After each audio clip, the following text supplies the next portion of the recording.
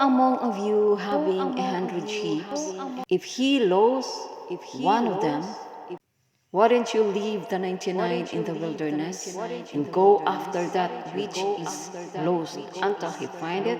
Let us pray and feel the presence of the Lord. Heavenly Father, the most powerful and the Almighty God, as your servant, please help me manage the sheep that you have assigned me.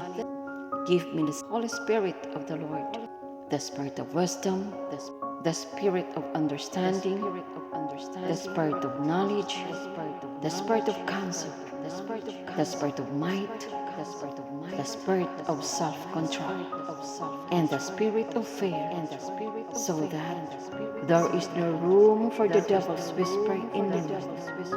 And Jesus, the mighty name I pray. Amen.